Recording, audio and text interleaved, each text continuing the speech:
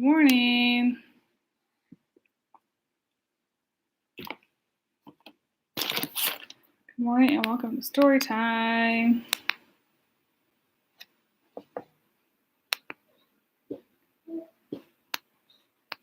My light is very bright this morning for some reason. Good morning, good morning, good morning. Please say hi in the comments. I'd love to say hi back. I'm going to get started in just a minute.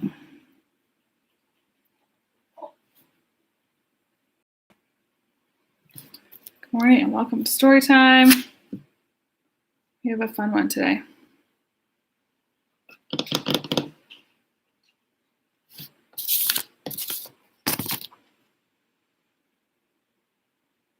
I'm hoping my doggies will be quiet, but they might be noisy, so we'll see.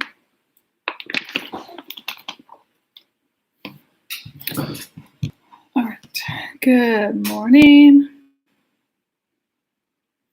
I knew how to sing that song. I just want to check our Facebook and make sure no one's having trouble getting here. All right, hi Naomi and Daniel. Oh, Naomi gets to eat her chocolate chip bread at the couch in order to watch the video. That sounds very special. I would love some chocolate chip bread. My sister-in-law made me carrot cake cupcakes, which are amazing. So I'm grateful for that. All right, we're going to jump in. So here's our story. It's called Little Red Writing. It's in like using a pencil. And maybe you'll pick up the kind of the joke that's in here as we get going. All right. So this is by Joan Holub and pictures by Melissa Sweet. Once upon a time in pencil school, a teacher named Ms. Two told her class, "Today we're going to write a story." And yippee, said the birthday pencil. Slammin', said the basketball. Sharp, said Little Red. Here's the pencils getting excited to write their story. Teacher's telling them about the story path. I want to write a happy story, said the birthday pencil. I'm going to do a nonfiction story about the great state of Pennsylvania, said the state pencil. I'll write about sports, said the basketball pencil. I want to write a story about bravery because red is the color of courage. But what would a brave pencil do? Wondered Little Red. Go on a journey through the school, meet unusual characters, fight evil, save the day? Ms. Two gave Little Red a basket of 15 red words to use in case she ran into trouble. Remember, it's okay to wander a little, but stick to your basic story path so you don't get lost. Okie doke, said Little Red. Here's the pencils, excited about their different stories, and Little Red with her bucket of words. Little Red opened her notebook and began. Once there was a brave red pencil who went on a journey. As she walked along, walking is boring, decided Little Red. There's the front page of her story. She wanted her story to be exciting. She went to the gym and was quickly drawn into the action. She bounced, she boogied, then she cartwheeled right off the page and into, there's the gym,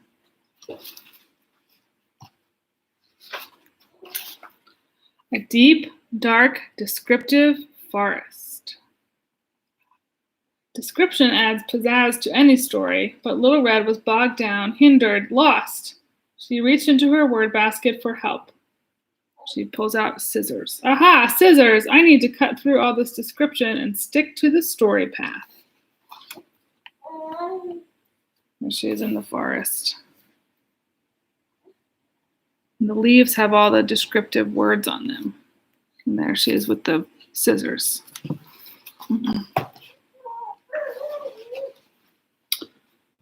Need help sticking to your story path? Well, you have come to the right place, pencil, said a voice from the supply closet, because I'm full of words that have stick-to-itiveness. They'll stick up for you and stick by you, but they aren't stuck up like that tape guy down there. And this guy is called conjunction glue. Little Red squeezed the bottle and too many glue words came out. So that is how she found herself writing a sentence that would not end, but just kept going and going and running on, although it had no purpose, yet it would not get out of her story or say anything important, so she was glad when a helpful word arrived. Suddenly, and it brought some friends. So here are some adverbs showing up to save the day. Suddenly, abruptly, and surprisingly, she heard a strange sound, which she decided required all capitals and rather large punctuation. Grrr. It was the middle of her story, where something exciting should happen, and it did. That growly sound chased her. That's a growly sound. Abandoning all rules of punctuation and sentence structure in her panic to escape, Little Red began running on and on and on. She grabbed random nouns from her word basket, tossing them out to fill up the chasm of blank space nothingness, which was all that stood between her and that grrr. Then hooray! Finally, at last, the page was full, and she could leave the horrid sound behind and go to, here's all her emergency noun words.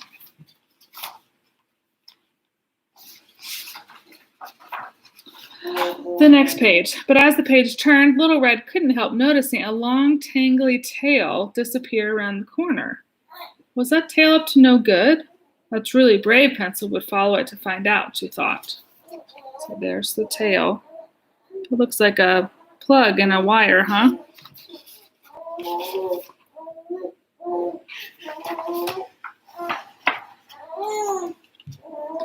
She decided to tail that tail and wound up trailing it around an entire page of her story.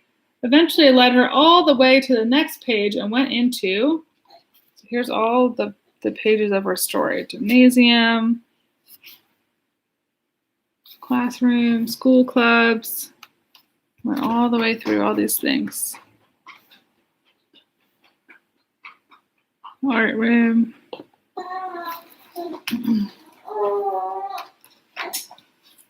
The principal's office. Principal Granny office. Pencil school rules. When in doubt, see something, say something, help others. Little Red knocked on the door. Come in, said a growly voice.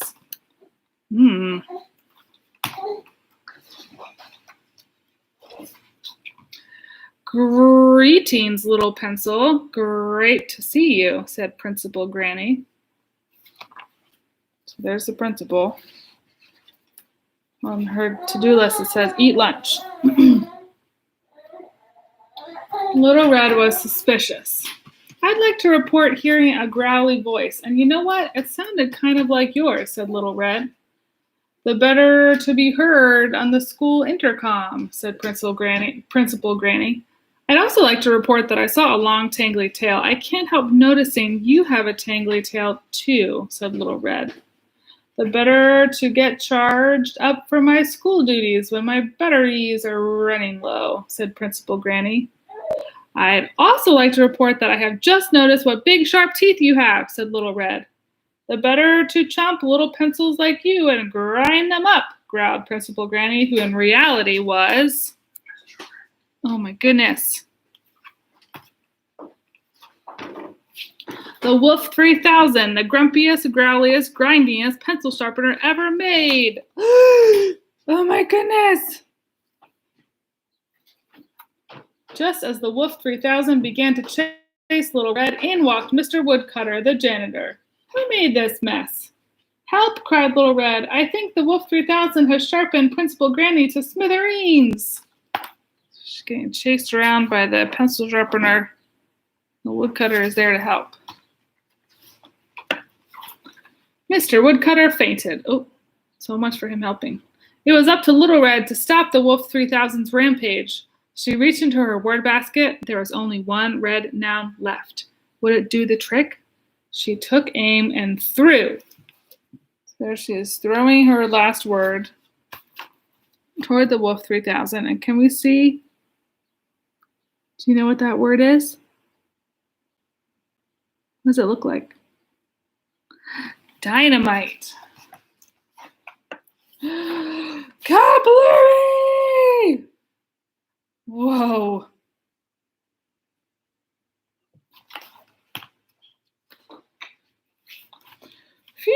That was a close shave. Good thing that brave little pencil came along to save the day, said Mr. Woodcutter. Luckily, Principal Granny was all right, although her life had been somewhat shortened by her experience with the Wolf 3000. I wasn't really brave. I was scared, said Little Red. Even heroes get scared, but they do brave deeds anyway. You are a hero in my book, replied Principal Granny. There's Mr. Woodcutter cleaning up the mess from Wolf 3000. Principal Granny and Little Red talking.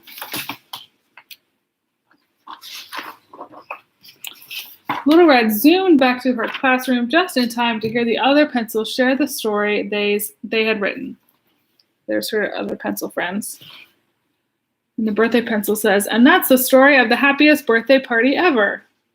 And there's two brothers with airplanes on their head, and they say, the adventures of the Wright brothers. And then an artist, palette pencil. The artist challenged them to a draw. Here's our state pencil again. The first patent for a pencil with an eraser was issued in Philadelphia. I did not know that. And here's a dinosaur pencil. He was very tall. And the book says, when Dino the Pencilus roamed the earth. Then Pencil and Gretel ate all the candy. It's a candy pencil. Get a grip, said the pencil.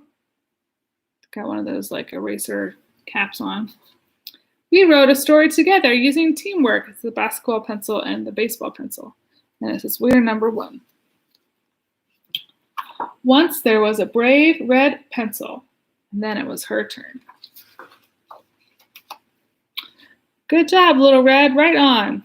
This too. The end. There's Little Red again giving her story.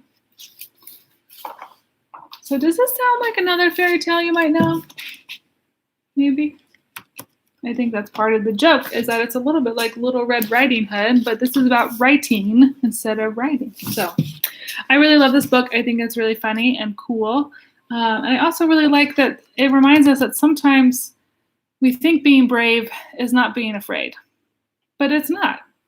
Being brave is about being afraid and doing something anyway. And so sometimes it's totally fine to be afraid and to do the right thing, even when we're afraid. That's okay. So maybe today, if you are in a drawing mood, you might draw a particular pencil. Maybe it's a little red pencil, maybe it's a sports pencil or an art pencil or a state pencil, and write a story. Follow the story path. Where there's a big problem they have to solve, use those descriptive words, use those nouns and adverbs, all those kinds of things, and see what happens. So I hope that you like the story. We'll see you tomorrow at 9:30 for a different one. And I hope that you all have a wonderful Monday. Okay? I'll see you soon.